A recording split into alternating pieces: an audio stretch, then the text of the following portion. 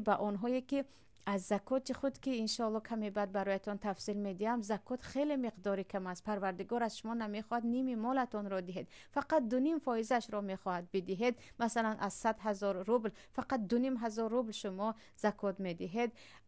پروردگار میگوید خذ من، این آیت هم در سوره توبه است. اکثریت آیت های وابستگی به زکات در سوره توبه هست. الله میگوید خذ من اموالهم صدقه تطهرهم و تزکیهم بها. پیامبر از مال آنها زکات بگیر.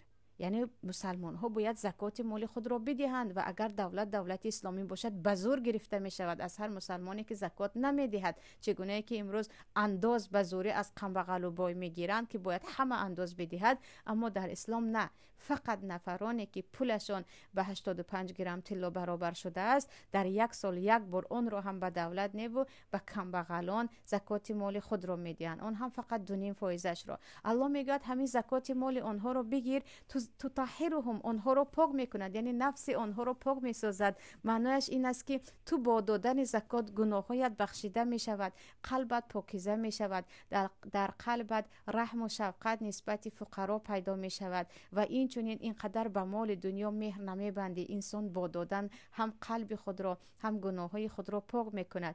و تزکیهم بیهد، درباره تزکیم بیه در زیادی از کتاب های تفسیر، در تفسیر بغوی هم میگویند یعنی مال آنها را برکت میدهد. این زکاتی که شما میدهید عزیزان اصلا گمان نکنید که با دادنش کم میشوید.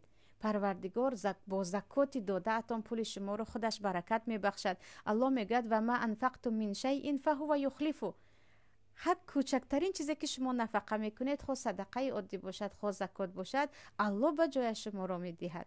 یعنی همون چیزی دادتان رو الله خودش به شما برمیگرداند و هو خیر الرازقین، و او بهترین رزق دهنده ها هست. از کجا نباشد؟ آنی که مالک السماوات و الارض، پادشاه زمین و آسمان ها و پادشاه خزینه های زمین و آسمان او هست که میتواند به هیچ حساب به بنده هایش رزق دهد که به شما وعده میکند که تو بده، من هستم که داده تو را من میگردونم. فکر نکن که تو به قمبغل پول میدی، از کجا خیر قمبغل به من میرسد. همین گونه زیادی ها گمان داریم. آره میگیم به یک بیچاره پول میدیم که خیرش رسید. نه، خیر قمبغل به تو نمیرسد، اما خیر پروردگار قمبغل حتما به تو میرسد که او وعده میدهد و هو خیر الرازقین.